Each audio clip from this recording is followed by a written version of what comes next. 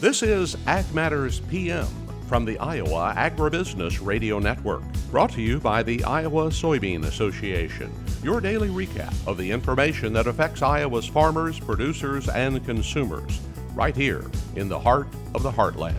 With reports from our award-winning broadcast team of Dustin Hoffman and Riley Smith.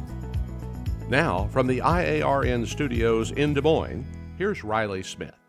Well, good day and welcome to Ag Matters PM from the Iowa Agribusiness Radio Network. I'm Riley Smith. Today is Monday, July 11th, 2022. We're so glad you can join us today. In today's episode of Ag Matters PM, I talk with Dr. Melissa Billing, a key account veterinarian for swine with Boehringer Ingelheim. We were at the World Pork Expo and we talked about porcine circovirus. We'll also have a look at that ag weather outlook, but first, let's run down the markets. It's time now for the Ag Matters PM Closing Market Summary, your source for market analysis and settlement prices from the day's trade in Chicago, courtesy of the folks at agmarket.net. Well, the markets are at a close for another day today, and this Monday being the beginning of the week, we had a little bit of a quiet day in the marketplace. So with that, we go to Robin Schmahl of agmarket.net for a bit of analysis. Robin, how have those markets kind of panned out for today? Well, it seemed like there was a lot of exuberance overnight and then early this morning as far as the grains are concerned. But then it almost seemed like traders woke up and thought and looked at the calendars and well, we got the world supply and demand report out tomorrow. So then the prices backed off. I'm not saying that was the real reason, but then the market backed off a little bit. And so we're moderately higher in the corn. Soybeans a little bit more gains from that. Now, we did have some help from export inspections. Corn was at 36.759 million bushels. That was up slightly or up a fair amount from the previous week. Soybeans were down at 13.107 million bushels. That was down from last week. And wheat was higher as well at 11.385 million bushels. So it did provide a little bit of support, but not really. The market took that in stride. The weather, we basically know what the weather is. There's a lot of concern out there and stuff, but I think the overriding factor is looking at the world supply and demand report coming out tomorrow. Now, the estimates are for corn at 14.52 billion bushels production. In June, it was 14.46, so they're looking for a little bit higher production. Soybeans at 4.515 billion bushels. That's actually lower than last month's at 4.64 billion bushels, and all wheat at 1.744, and that's slightly higher than the 1.737 last time. So all in all, anything you look at those numbers, it's not really anything to get like really excited about. It doesn't really look like it's going to be a very volatile move one way or the other. Corn yield, they left the same at 177. Bean yield, they're estimating, I should say, unchanged at 177, and beans at 51.5 bushels to the acre. Now the ending stocks, a little bit, maybe more emphasis might be put on that for next year, this year, the 22-23 crop year. They raised the estimates by 33 million bushels to 1.433 now estimated, rather than the 1.4 that we saw in June. Soybeans actually down. They're looking at 214 carry out versus 280 on the last one, and wheat actually higher at 644 versus 627 last time. The world stocks too are looking at increases in all categories. So that's going to be the focus. We're going to close out the end of today here, and the focus tomorrow is going to be on that report coming out at 11 o'clock.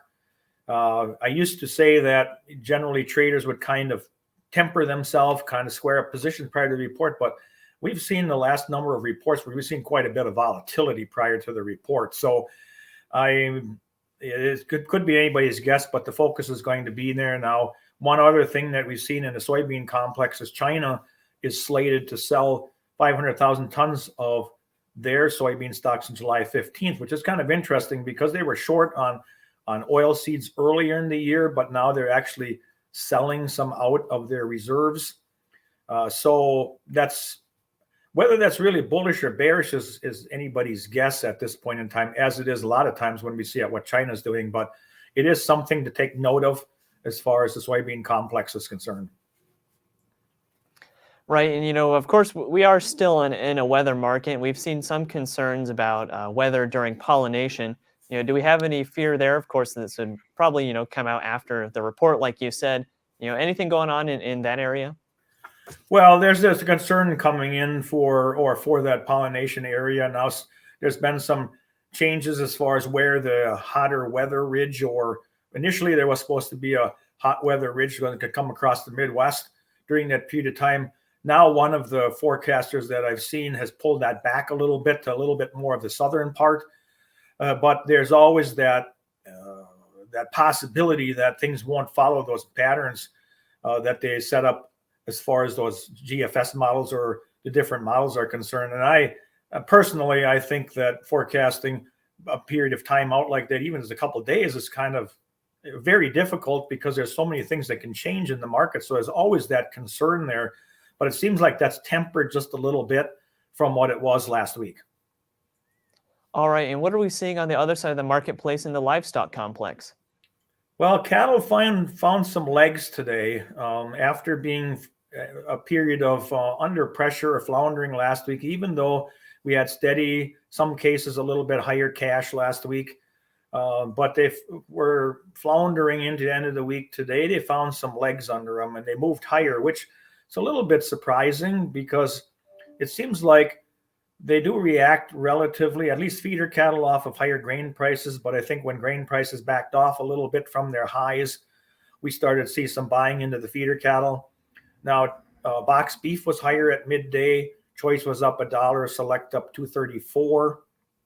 So that provided some support because we had been decreasing as far as cutouts. Overall cutouts have been concerned, or box beef, I should say, not cutouts, but box beef.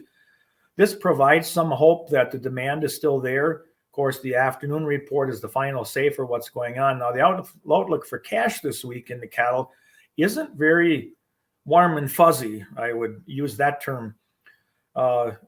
Last week, some of the formulated cattle sales or purchases, they got about a little over 33% of those sales are contracted out for the deferred weeks.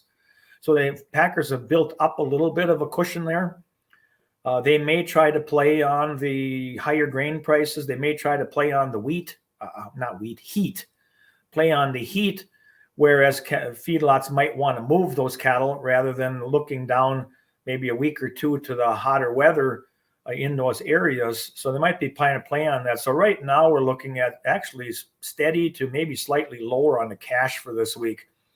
As far as the hogs are concerned, they struggled today. They had just had a mixed close for the day. Futures were unable to break above price resistance that's been holding up there, primarily in the August contract at about $110. Haven't been able to break through that. Now, August was close to closing a chart gap that was left below. That was just 2 points away from closing it. So that's still a formidable area there where technical traders might be heading toward. But they struggled today. The National Daily Direct Morning Hog Report showed cash down a large $4.51. Hopefully that'll be a little bit better by the end of the day. Cutouts were down $1.78 at midday, and July hogs actually go off the board on Friday. All right, Robin, lots of great information today. For those of our listeners who would like to learn more and get in touch with the folks at agmarket.net, how can they do that? They can call me directly at 877-256-3253 or go to our website, agmarket.net. There's a phone number on there that goes to the general mailbox and some other contact information. All right, Robin, it was great talking with you today, and we'll catch up with you again soon. All right. It's always a pleasure being on your show. That again was Robin Schmahl of agmarket.net. We'll go ahead and take a look at those closing market numbers that comes to us from the folks at Bar Chart. September corn is up 3 3/4 at $6.37 even. December corn up 5 1/2 at $6.29 even. August soybeans up 8 3/4 at $15.22 even. November soybeans up 8 1/2 at $14.05 even. August soybean meal up 160 at $432.90. Soy oil up 113 at $63.72. Chicago wheat is down 35 even at 856 and a half. Minneapolis spring wheat down 35 even as well at 956 and 3/4. Kansas City hard red wheat down 30 and a half at 920 and a quarter. And September oats down 1.5 at 491 and a quarter. On the Merc, August live cattle are up 220 at 136.15. August feeders up 315 at 174.87. Lean hogs up 30 cents at 113.15. August pork cutout down 60 cents at 112.12, and Class 3 milk down 6 cents at 22.73. And that's been a look at the Ag Market Recap here on Ag Matters PM. We're going to go ahead and take a quick break to hear from our sponsor, the Iowa Soybean Association and the Soy Checkoff. When we come back, I talk with Dr. Melissa Billing of Boehringer Ingelheim about porcine circovirus. This is Ag Matters PM. Iowa Soybean Association is driven to deliver for Iowa's 40,000 soybean farmers. We're proud to provide objective agronomic research, a helping hand with soil and water stewardship, and timely industry news powered by the Soybean Checkoff. Learn more at iasoybeans.com. Welcome back to Ag Matters PM from the Iowa Agribusiness Radio Network. I'm Riley Smith. Well, at this year's World Pork Expo, I had the chance to talk with Dr. Melissa Billing. She's a key account veterinarian for swine with Boehringer Ingelheim. Our topic of conversation was porcine circovirus and just a little bit about the virus and what it does and how you can prevent it and treat it in your herd. Here's what she had to say. A big thing producers have to deal with, porcine circovirus type 2D or PCV2D. So let's just talk about how that shows up in swine herds and then what producers can do to kind of recognize it and possibly prevent or treat it. Yes, so PCV2D is the most predominant type of circovirus that is in the United States. It actually accounts for 90% of the cases of circovirus at the diagnostic labs. So here at Boehringer Ingelheim, we have identified a need for new innovation, and we have actually developed a new vaccine which will provide matched protection against PCV2D. Right. So let's just talk about kind of what the current state of PCV2D is today, and just how producers are kind of approaching the control of virus in the field. Yes, so we have vaccines on the market. They've been on the market for 15 years for porcine circovirus. Most of those vaccines are PCV2A based vaccines, and they do a really good job of providing cross protection against different strains of PCV2. The most prevalent strains are PCV2A, B, and D. And like I said, the vaccines such as Circoflex do protect very well against those. However, some producers may find a small amount of pigs that are not as well protected as they would like. And those pigs we find may have PCV2D, which responds better to a matched vaccine. So if a producer sees clinical signs similar to the circovirus that we saw before we had vaccines, such as wasting pigs, pale pigs, pigs that just aren't doing well even though they are eating, and however, the clinical signs may not be as severe as what we saw back before vaccines were available. But if a producer has a concern, they should contact their veterinarian, and they can work together to determine if a vaccine for PCV2D would be right for their herd.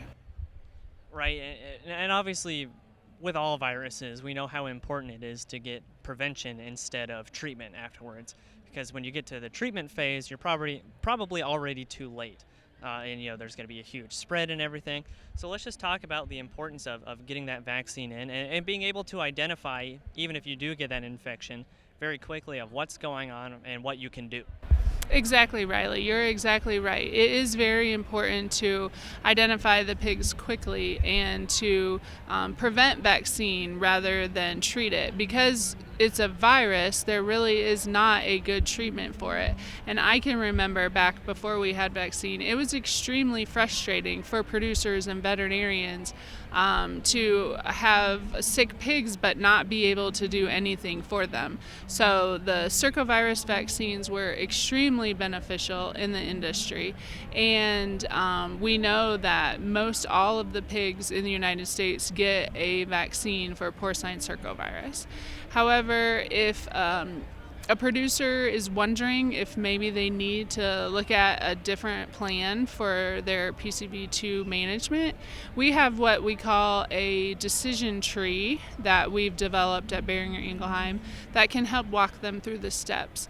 And some of the things would be to identify the pigs that have clinical signs and then take tissues from those pigs to send to a diagnostic lab.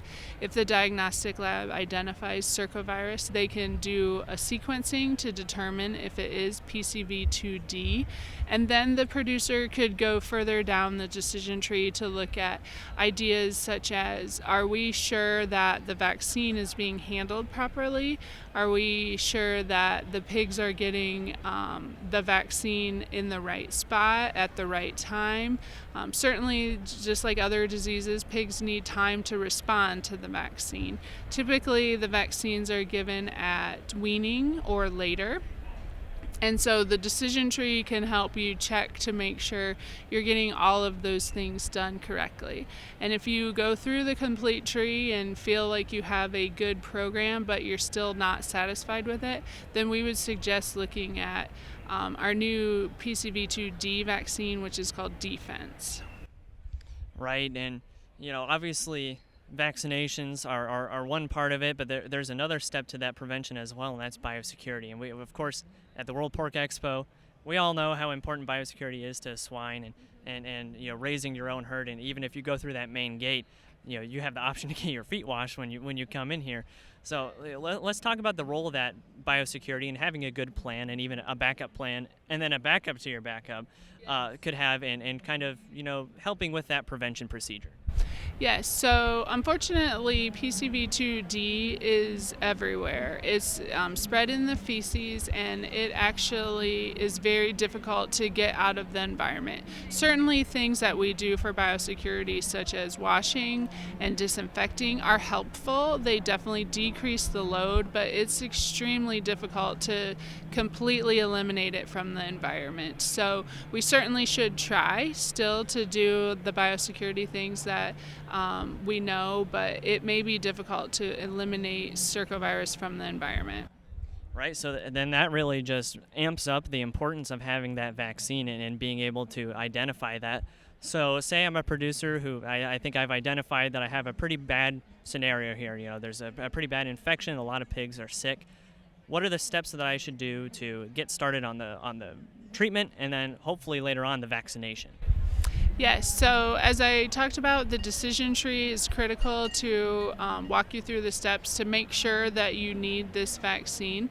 The Defense vaccine is a one-dose vaccine that is 1 cc and it's given at weaning or later.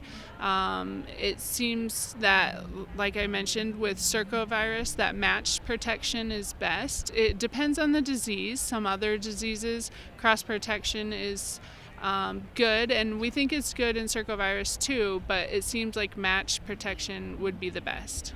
Is there anything else that Iowa producers should know concerning the virus and the vaccine and kind of prevention for that? I would just like to point out that Boehringer Ingelheim continues to bring new innovation to the market in order to help the industry. This is another tool in the toolbox. The Defense vaccine is the first and only PCV2D based vaccine, which is the most predominant strain, as I mentioned. So we think it's important to continue to stay ahead of challenges and try to help the swine industry as much as we can. That again was Dr. Melissa Billing, a key account veterinarian for swine with Boehringer Ingelheim. As for right now, let's go ahead and take a look at that ag weather outlook. Well, if you were up real early this morning, you probably heard some loud howling winds as a possible derecho blew through parts of the state. Of course, this was kind of the tail end of it, so it was dissipating as it went through, and and hopefully there wasn't too much damage from those winds. Now, with those storms going through, and we've been seeing a few over the past few days, we won't really see more until the end of this week, so let's go ahead and take a look at what the National Weather Service has to say for the next 24 hours. As you can see from the National Weather Service, the skies are clearing up a bit. Today we'll have variably cloudy skies with lingering showers and storms moving out of the state. Highs will range from the low to upper 80s. Tonight we'll have mostly clear skies across the state, the low overnight ranging from the upper 50s to lower 60s. And tomorrow you can expect sunny skies with highs ranging in the mid-80s. And on the affiliate weather map for tomorrow, Cherokee will be sunny with 85 degrees. Shenandoah sunny and 85 as well. Des Moines sunny and 85. Waterloo sunny and 85. Albia a little bit of a change, sunny and 84 degrees. And Clinton much of the same, sunny skies and 84 degrees. For more detailed forecasts in your part of the state, make sure to check in with your local Iowa Agribusiness Radio Network affiliate. And that's it for today's episode of Ag Matters PM. You can find all of our content on our website at iowaagnet.com. You can also follow us on Facebook, Twitter, and TikTok, and you can find our video content and previous episodes of AM/PM on our YouTube channel. Don't forget our free Twice Daily Market podcast on Apple, Amazon, Google, Spotify, and Podbean. From the IARN studios in Des Moines, I'm Riley Smith. On behalf of Avery Haskell and Dustin Huffman, we thank you for watching. This has been Ag Matters PM.